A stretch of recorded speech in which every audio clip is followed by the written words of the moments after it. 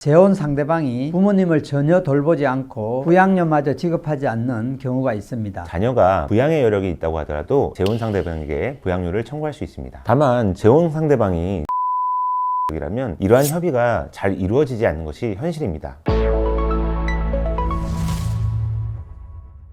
안녕하세요. 법무법인 백송 대표 변호사 박윤혜입니다. 안녕하세요. 윤재현 변호사입니다. 오늘 주제는 피성년 후견인의 연재판인데 최근에 윤재현 변호사님이 실제 처리한 사례를 중심으로 살펴보겠습니다. 최근 많은 분들께서 치매인 부모님의 재산 문제에 대해서 문의가 많습니다. 재혼한 부모님이 치매 등의 이유로 친자녀의 돌봄을 받게 되었는데 재혼 상대방이 부모님을 전혀 돌보지 않고 부양료마저 지급하지 않는 경우가 있습니다. 자녀로서도 치매에 걸리신 부모님을 홀로 부양하기가 쉽지는 않은데 어떻게 법률적인 도움을 받을 수 있는지 알아보도록 하겠습니다.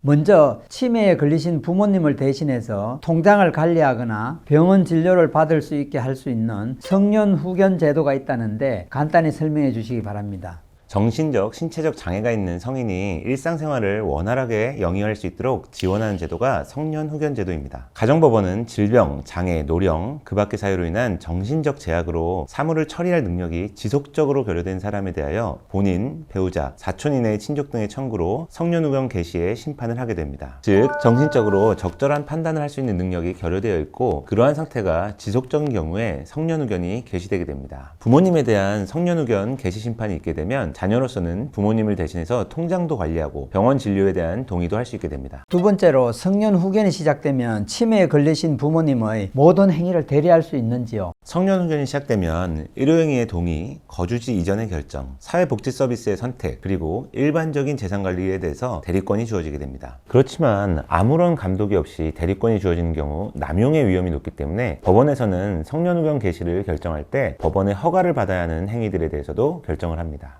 일반적인 법원 허가사항은 어떤 것이 있는지요? 네, 법원 허가사항으로는 영업에 관한 행위, 금전을 빌리는 행위, 의무만을 부담하는 행위, 예를 들면 증여가 있겠죠. 부동산을 처분하는 행위, 상속의 단순 승인, 포기 및 상속 재산의 분할에 관한 협의, 그리고 소송행위 및 이를 위한 변호사의 선임 행위 6가지 정도입니다. 즉, 피성년 후견인의 재산이나 신분에 중대한 변화가 오거나 부담을 가질 수 있는 사항에 대해서는 법원의 사전 허가를 받도록 하였다고 이해하시면 되겠습니다. 네, 자세한 설명 감사합니다. 치매에 걸리신 부모님의 재혼 상대방에게 부양료나 재산을 달라고도 할 수 있는지요? 성년 후견인이 되었다면 부모님의 일반적인 행위를 대리할 수 있습니다. 따라서 적법한 권한을 갖고 재혼 상대방에게 청구하거나 협의를 할 수 있는 것입니다. 기본적으로 협의를 통하여 부양에 필요한 재산을 달라고 하는 것이 필요합니다. 의식주에 필요한 비용, 병원비, 개호비, 문화활동비, 재활비용 등이 모두 부양료에 포함될 수 있습니다. 부부 사이의 부양 의무는 1차적인 의무이기 때문에 자녀가 부양의 여력이 있다고 하더라도 재혼 상대방에게 부양료를 청구할 수 있습니다. 또는 매월 부양료를 받는 것이 서로 부담스럽고 믿기 어렵다면 적정한 정도로 재산을 미리 이전받는 것도 협의할 수 있습니다. 다만 재혼 상대방이 친자녀가 있고 재산을 모두 친자녀들에게 물려줄 생각이라면 이러한 협의가 잘 이루어지지 않는 것이 현실입니다. 이러한 경우에는 결국 변호사의 도움을 받아서 소송으로 문제를 해결할 수밖에 없겠죠. 네, 소송을 통하여 재산을 분배받는 방법은 무엇이 있는지요? 소송행위 및 변호사 선임은 법원의 허가사항이므로 그 필요성에 대하여 잘 준비하고 구체적으로 설명하여 법원의 허가를 받을 필요가 있습니다. 부모님의 재혼 상대방과 돈을 주고받으면서 보관증이나 차용증을 받아놓았다면 해당 문서를 근거로 보관금 반환 소송 내지 대여금 반환 소송을 진행할 수 있습니다. 부부 사이라도 소송이 불가능한 것이 아니기 때문에 받아야 할 근거가 있다면 충분히 소송이 가능합니다. 부양료도 협의가 되지 않는 경우에는 소송으로서 인용받을 수 있습니다. 재혼 상대방과 사이에 보관증이나 차용증이 없고 연락도 두절된 상태라면 어떻게 해야 하나요? 재혼 상대방과 완전히 연락이 두절되고 재산 상황에 대하여도 공유를 해주지 않는 경우에는 부모님의 의사를 확인하여 이혼 소송을 고려할 수 있습니다. 이혼 소송에 대해서도 법원의 사전 허가를 받아야 하는데요. 이때에는 부모님이 재혼 상대방과 이혼 의사가 있다는 것을 증명해야 됩니다. 이혼의 경우 신분상에 중대한 변화가 있기 때문에 법원에서 이혼 소송의 허가를 함에 있어서는 매우 신중한 태도를 보이고 있습니다. 이혼 소송의 허가를 받았다면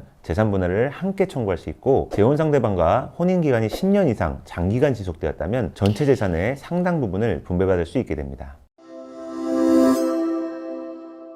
네, 지금까지 자세한 설명 감사합니다. 끝으로 마무리 말씀 부탁합니다. 네, 오늘은 치매에 걸리신 부모님이 재혼 상대방에게 재산을 분배받는 방법에 대해서 알아보았는데요. 성년후견 개시와 소송허가 등의 제도를 적절히 이용해서 상호간의 분쟁을 최소화하는 것이 바람직할 것 같습니다. 오늘 영상 내용이 유익했다면 구독과 좋아요, 알림 설정도 부탁드립니다. 감사합니다. 감사합니다.